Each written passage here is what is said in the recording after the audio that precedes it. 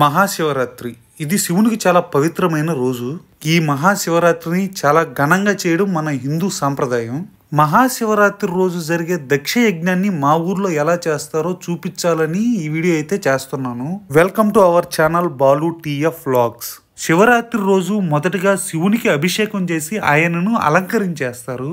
ఈ దృశ్యం చూడడానికి చాలా అద్భుతంగా ఉంది కదా. అయిపోయాక పెళ్లి కాని అబ్బాయి దగ్గర కలశాన్ని అయితే ఎత్తిచ్చి ఊరంతా తిరగతారు. వీరభద్రునికి ఉగ్రవం తెప్పించే విధంగా పద్యాలు పాడుతూ ఎంతో నిష్టగా అయితే ఈ కార్యక్రమాన్ని పూర్తి చేస్తారు.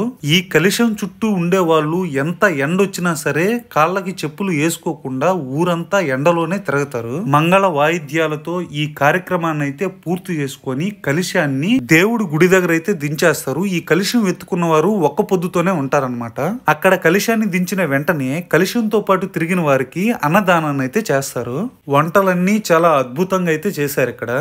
ఈ అన్నదానం కంప్లీట్ అయిపోయిన తర్వాత వెళ్ళేసి మనం గుండాన్ని అయితే తవ్వాలా.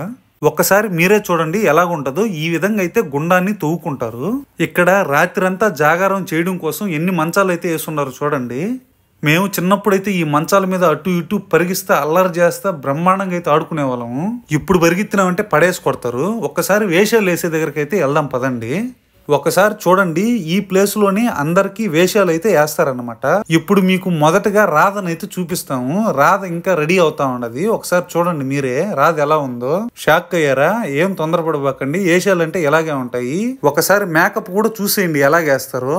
అదే విధంగా కాస్ట్యూమ్స్ కూడా ఒకసారి చూసేద్దాము. ఇక్కడ ఉండేటి మొత్తం వేషాలకు సంబంధించిన కాస్ట్యూమ్సే.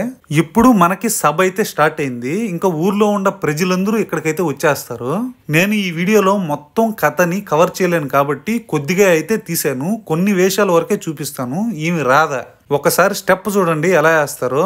చూడండి బ్రహ్మాండంగా వేస్తా ఉంటారు కదా. ఒక్కసారి మనం అయితే వెనక్కి వెళ్దాము. ఇప్పుడైతే టీవీలు అన్ని వచ్చాయి కాబట్టి మనం ఏది కావాల్సిందే చూసుకుంటున్నాము. ఒకప్పట్లో ఇలాంటి వీధి నాటకాల ద్వారా మంచి మంచి కథలను అందరికి తెలియజేసేవాళ్ళు. ఇప్పుడు చాలా వరకు ఇదైతే మరుగున పడిపోతా ఉంది.